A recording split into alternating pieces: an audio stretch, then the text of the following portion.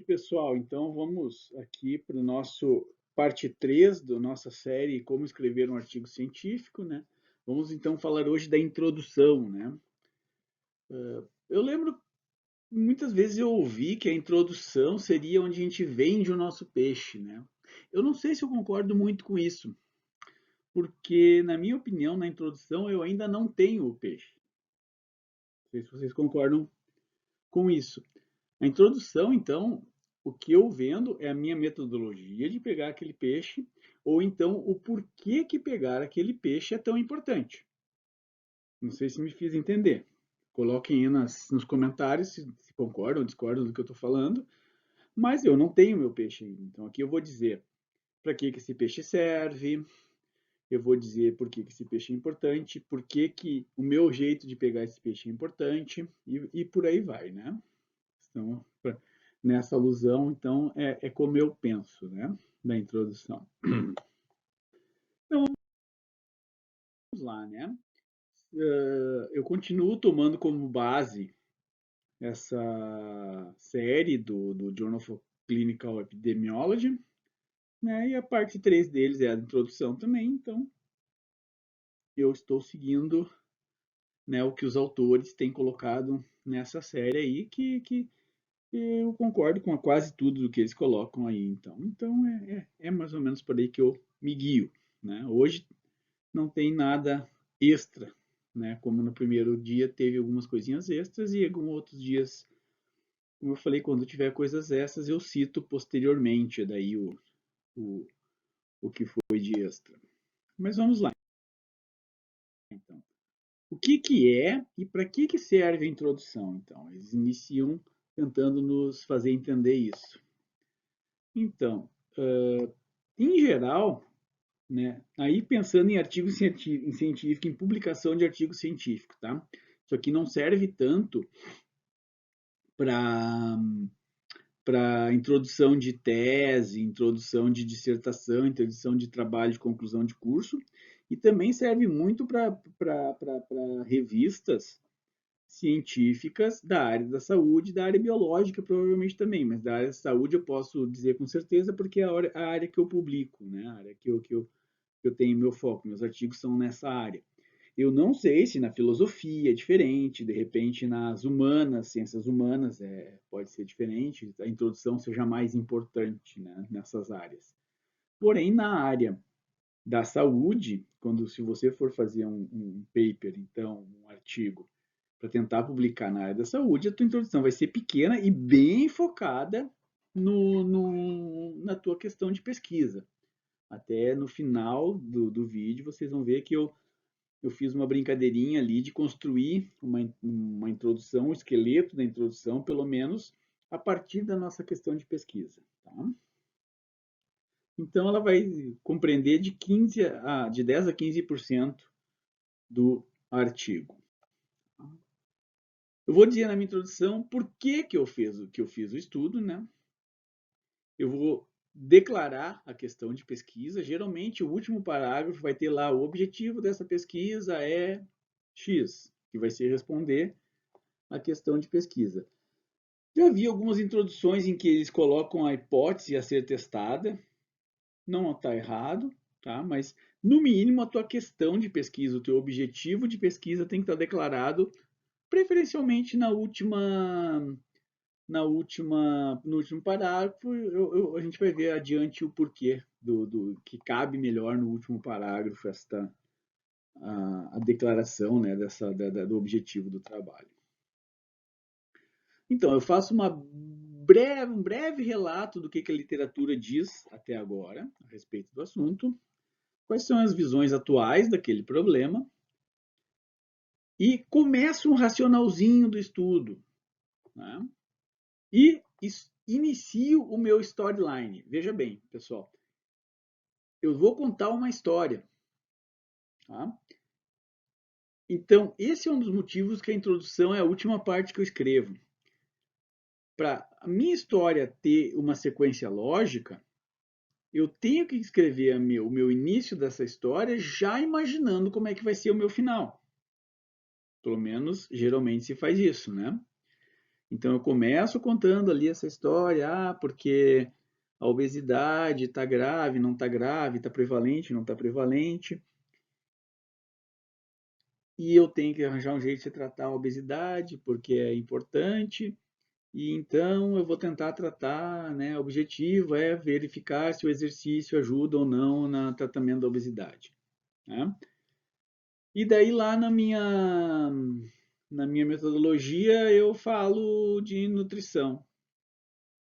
Quer dizer, a minha introdução não tem nada a ver, o meu início de história não tem nada a ver com o meio, e no final lá eu digo que o diabetes diminuiu. Quer dizer, o meu final não teve nada a ver com o meio e nem com o início. Quer dizer, eu tenho que ter uma história, né, congruente, né? Eu tenho que falar sobre o que eu vou utilizar na metodologia. A metodologia tem que ver com o resultado tem que ver com a discussão e com a conclusão, claro. Então, em geral, se a gente diz que a nossa introdução vai ter uma estrutura de funil. Tá? Então, eu vou começar com um contexto geral. Né? Então, eu vou bem aberto.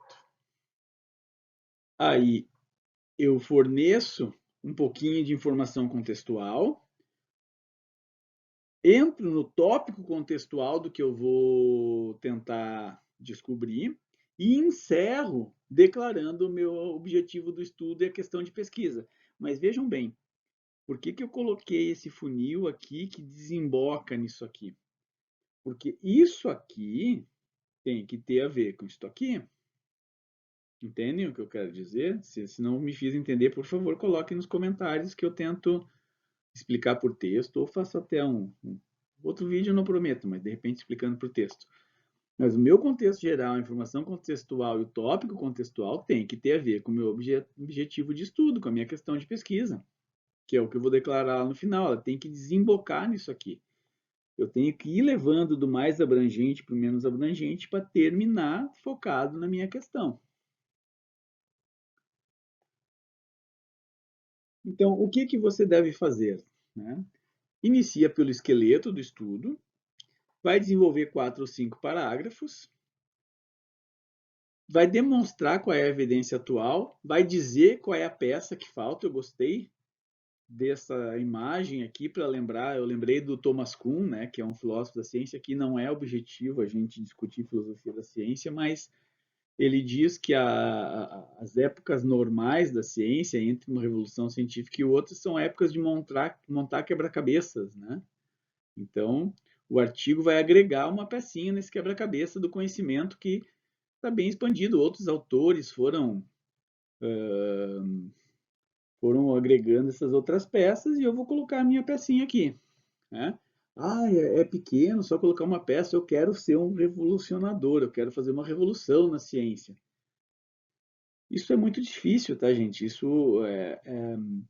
Tu revolucionar uma área de pesquisa científica, tu vai mudar todos os paradigmas, ou grande parte dos paradigmas que envolve aquela ciência. E isso, como diria daí um divulgador científico chamado Carl Sagan, afirmações extraordinárias necessitam de evidências extraordinárias. Né? Então, para eu mudar um paradigma, para eu mudar uma coisa que está muito bem aceita, para dizer que essas pecinhas aqui estão todas mal colocadas, eu tenho que ter uma evidência muito forte, né?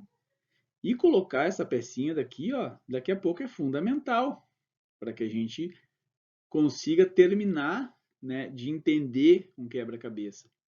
Né? E daqui a pouco vai vir alguém e vai dizer, ah, não, mas essa peça podia estar assim, podia estar assado, mas ok, né? Uma pecinha eu consigo mudar mais facilmente do que todo o tabuleiro. Isso que eu quero dizer com a evidência extraordinária que é necessária para eu mudar um paradigma. Né? Mudar o paradigma seria mudar todo o quebra-cabeça, né? Usar outra caixa de quebra-cabeça para fazer aquele desenho. Então, introdução. O que, que é e o que, que não é? Tá? Então, vamos começando com o que a introdução não é. Ela não é uma revisão da literatura. Tá? Então, você não vai precisar destrinchar toda a literatura sobre o assunto, fazer uma revisão histórica, trazer de todos os artigos que já foram publicados, qual percentual que fala uma coisa, qual percentual. Isso é uma revisão daí, né? E pode ser uma revisão narrativa, pode ser uma revisão sistemática. Talvez eu faça alguma, se vocês pedirem aí nos comentários, pode ser que eu faça uma outra série daí falando sobre os tipos de artigo científico, e os tipos de revisão seria uma coisa para a gente comentar, né? O que é uma revisão narrativa, para que serve, o que é uma revisão sistemática, para que serve. Mas a introdução, tu não vai fazer uma revisão da literatura. Tu vai tentar trazer o que tem de mais moderno e quais são as lacunas que estão ali, né? Mas não vai revisar toda ela. Não é a hora de comparar o teu estudo com outros estudos. Lembra, tu nem apresentou os teus resultados ainda. Se tu nem apresentou os teus resultados, como é que tu vai comparar com outros estudos? A hora de comparar o teu estudo com outros estudos é a discussão. Apresenta os motivos para fazer o trabalho e os objetivos daquele trabalho. Tá? Tenta colocar como é que esse problema afeta a sociedade, por que é importante para a sociedade que você consiga elucidar esse problema, né? Resolver esse problema.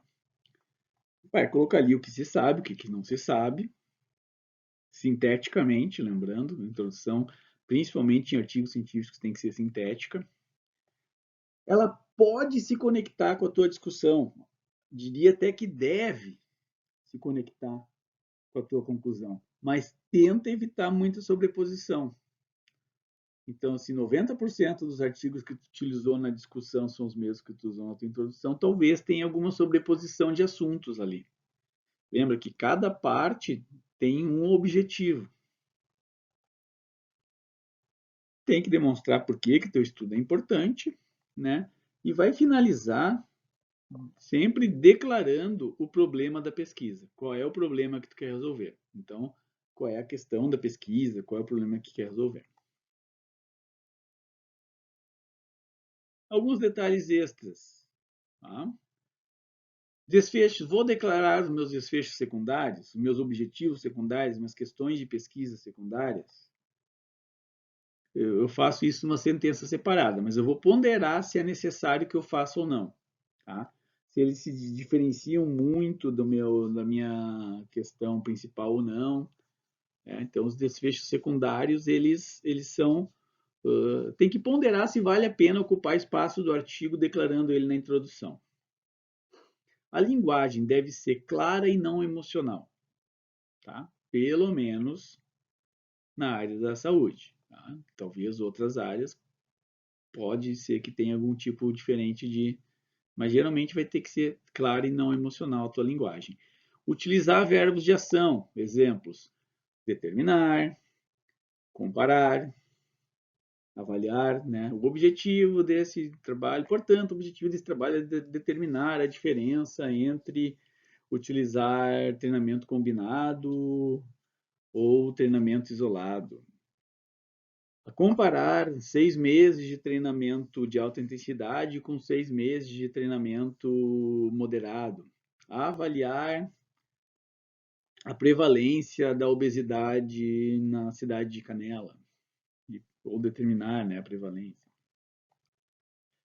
Quando for falar de fatos, utilizar o tempo presente.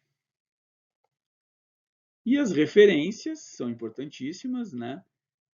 Tentar utilizar referências relevantes. Se você encontrar 3 artigos que falem a mesma coisa, não precisa citar os 3. Cita 1 ou 2, dá preferência para o mais novo e ou para o mais importante. Aí é importante entender de metodologia científica também, porque às vezes não basta um artigo ter sido publicado numa revista mais gabaritada. Às vezes, dependendo do assunto que tu está falando, por exemplo, se tu for falar sobre uma intervenção e tu tem um estudo transversal e um ensaio clínico randomizado, tu nem pensa, tu vai citar o ensaio clínico randomizado, mesmo que ele seja mais antigo que o estudo transversal.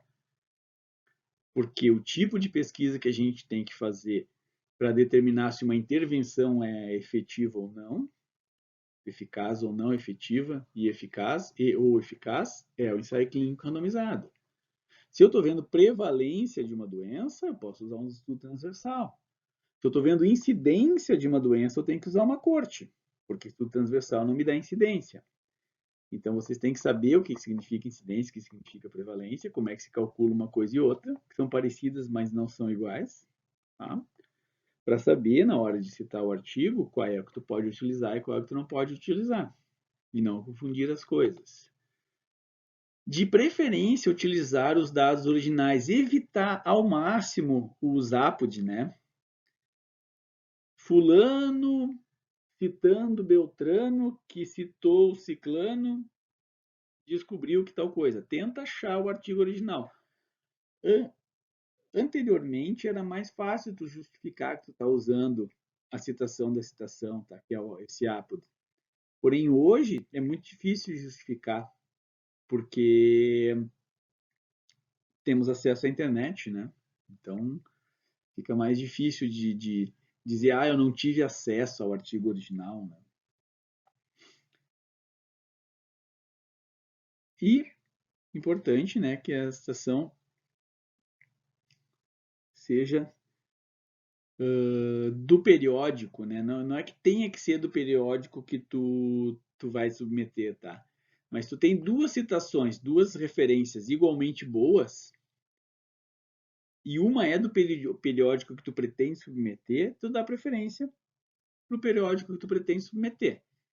Uma que tu está mostrando para os editores que tu lê o periódico, que tu sabe que o teu artigo está dentro do escopo do periódico, e também porque ajuda na métrica do periódico, então ele vai ver com um pouquinho de melhores olhos, né? Então tem essa questão das métricas aí, existe muita crítica em relação a isso, né? Mas, né, a gente tem que jogar o jogo de acordo com as regras dele, né? Essas regras dizem que as métricas são importantes, então podemos lutar contra elas, mas quando entrar em campo tem que jogar com as regras atuais. Então agora, a partir de agora, tá? Não é mais o que os autores lá do artigo editorial ali falaram. Aqui é uma tentativa minha de fazer um exemplo de como é que a gente podia estruturar o esqueleto de uma introdução a partir da questão de pesquisa.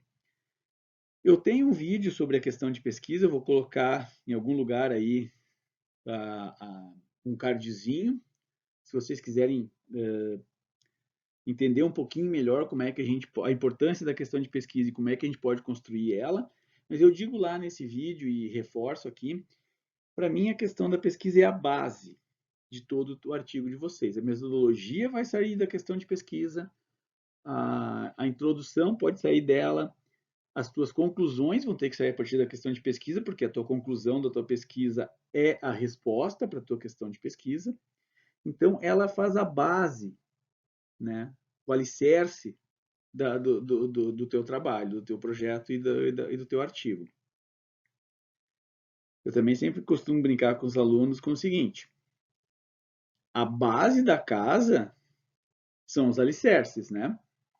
Mas nem sempre a base da casa é a parte mais bonita da casa.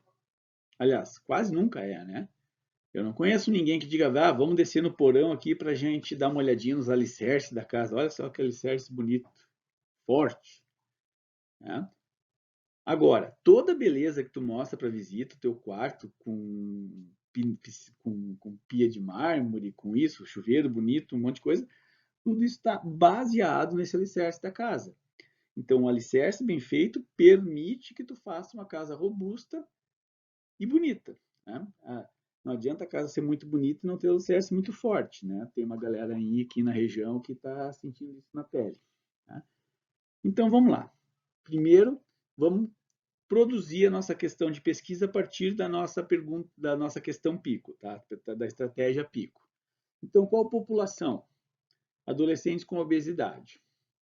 A intervenção seria o treinamento combinado, que eu estou chamando aqui de combinado, poderia chamar de concorrente também. Eu gosto de chamar de combinado porque, em termos de saúde, eles se combinam realmente e melhoram a saúde do indivíduo. Agora, eu não vou conseguir ser um grande maratonista e um grande fisiculturista ao mesmo tempo. Aí vai ter concorrência. Então, se eu quero hipertrofia máxima, um treino máximo de corrida talvez me atrapalhe. Se eu quero desempenho máximo na parte aeróbia, uma tentativa de ter hipertrofia máxima com treinamento máximo de força talvez me atrapalhe. Daí é treinamento concorrente. Agora, quando eu penso em saúde, os dois se combinam bem. Então, né, intervenção, treinamento que eu estou chamando aqui de combinado, mas como eu falei, há também na literatura a nomenclatura concorrente. Qual seria a comparação? Comparação poderia ser muita coisa, né, gente? Poderia ser só treino de força, poderia ser só treino aeróbio. A comparação poderia ser não fazer nada. Um grupo não faz nada, faz só ou não faz nada ou faz a intervenção que se chama intervenção usual, né, que seria de repente uma nutricionista. A ideia é claro que a minha população treino de intervenção vai ter que ir na nutricionista também, né? Mas nesse caso eu coloquei como comparação conselho para aumentar a atividade física. Nós temos, na hora de fazer ensaio clínico randomizado com atividade, com exercício, a gente tem um problema muito grave, né? O que é o placebo para o exercício, né? Que todo ensaio clínico randomizado, ele preferencialmente tem que ser controlado por placebo, né? Então eu não posso fazer placebo de exercício físico, né? Afinal, a pessoa vai estar fazendo algum tipo de exercício. Agora, existe essa entidade de aconselhar para a atividade física. E o pessoal da URGS ali, principalmente o professor Daniel Pierre, fizeram duas revisões sistemáticas já há um bom tempo, em que eles compararam exercício físico para diabetes e o outro para hipertensão. Se eu não me engano, foram esses dois desfechos que eles utilizaram, e em ambos o exercício físico estruturado foi melhor do que o conselho para atividade física. Então, existem, né, então, pesquisas nesse sentido. Então, coloquei aqui a comparação ao conselho para aumentar a atividade física. O outcome, né, o desfecho, então seria o percentual de gordura via bioimpedância, e o tempo seriam 6 meses. Né? Então, como é que ficaria a minha questão de pesquisa, primeiro, em relação a isso?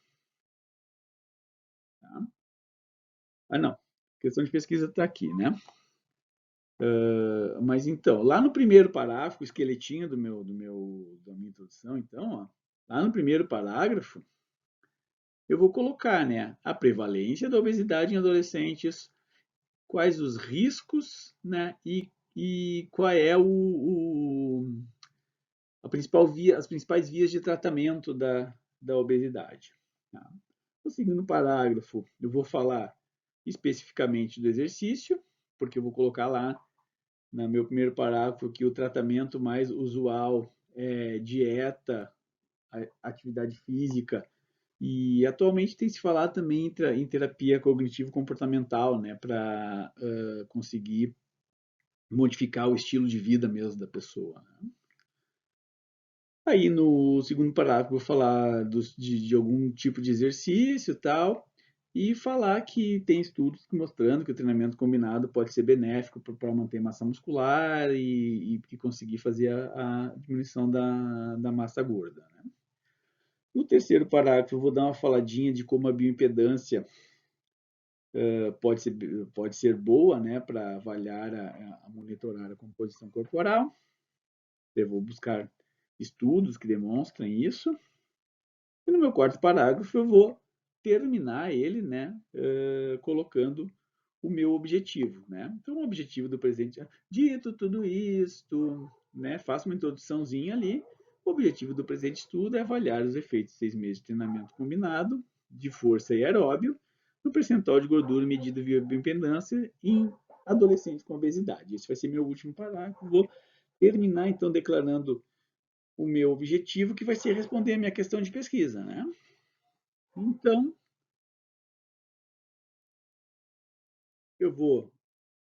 eu escrevi o primeiro parágrafo, com mais ou menos como eu escreveria, eu nem li ele, nem revisei, então vocês imaginam que esse parágrafo ainda teria que ser revisado, eu teria que dar uma olhadinha melhor, se não tem outras revisões, outros artigos que sejam melhores, mais novos, ou que falem melhor sobre isto, tá? Teria que mandar para os meus outros autores do artigo, que iriam dar seus pitacos, as suas contribuições, mas eu utilizei estes 4 artigos para escrever o primeiro parágrafo. Tá?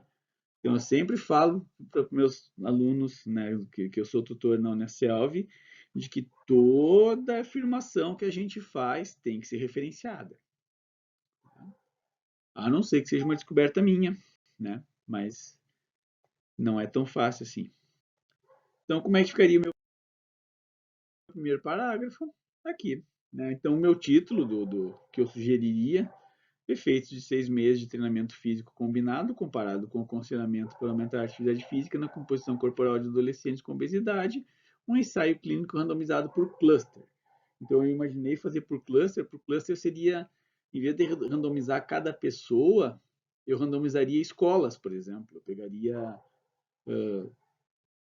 5 escolas, 6 escolas em Canela, 3 eu iria lá dar palestrinha para eles aumentar a atividade física, né? E nas outras 3 eu faria um treinamento físico com os adolescentes obesos, né?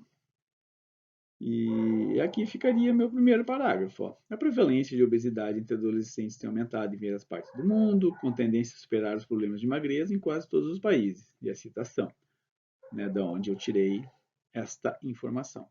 No Brasil, a maior parte dos estudos indica que a prevalência de sobrepeso e obesidade gira em torno de 20%, o estudo onde eu tirei essa informação. Na cidade de Canela, realizamos uma pesquisa com todos os estudantes da rede pública que mostrou que mais de um terço das crianças estavam com sobrepeso ou obesidade. Aqui o estudo. Este aumento de prevalência da obesidade aumenta o risco de dislipidemia, de hipertensão arterial e hiperglicemia nessa população, e de onde eu tirei o estudo. E eu esqueci de colocar aqui mais uma frasezinha, né, de que os principais tratamentos da obesidade envolvem mudança de estilo de vida, principalmente com dieta e exercício físico. E esse seria meu primeiro parágrafo, certo? Bem geralzão, assim. Talvez não precisasse colocar a prevalência aqui em Canela, eu coloquei para mostrar meu estudo aqui mesmo, né? Fazer um merchan próprio aqui. Mas também pensa assim, ó, que talvez isso aqui não fosse uma introdução desse ensaio clínico randomizado, isso aqui fosse uma introdução para um projeto para montar um grupo de atividade física para as crianças da cidade de Canela. Eu vou apresentar isso aqui na prefeitura. Então, é importante que eu tenha o dado da cidade, né, se ele é disponível. Então, vejam que eu coloquei para fazer o meu merchan, mas eu também coloquei para dizer para vocês que, dependendo do tipo de introdução que vocês estão fazendo, vocês podem colocar uma coisa ou outra, certo? Aqui em relação aos artigos aqui, tá? Eu coloquei com o Mendeley, esses artigos aqui, eu aconselho vocês a utilizar algum tipo de software de referências, tá? Eu me dei bem com o Mendeley, então eu uso o Mendeley, existem outros gratuitos, existe o EndNote, que é pago, e ele é carinho, então vai no Mendeley, ou tem o Zotero, tem outros que são gratuitos, aí de repente vocês se deem melhor com eles, tá? Sobre o Mendeley, eu tenho um videozinho aqui no YouTube também, que eu vou colocar aqui em algum lugar para vocês. Então, vocês podem dar uma olhadinha no vídeo ali para saber como é que mexe com ele. Já temos quase meia hora de vídeo, então eu vou encerrando por aqui. Então, lembrando, né, que essa é uma série, que o vídeo anterior foi sobre título e resumo, o próximo vídeo é sobre metodologia, e assim vamos caminhando nesta nossa série. Um abraço e até a próxima, galera.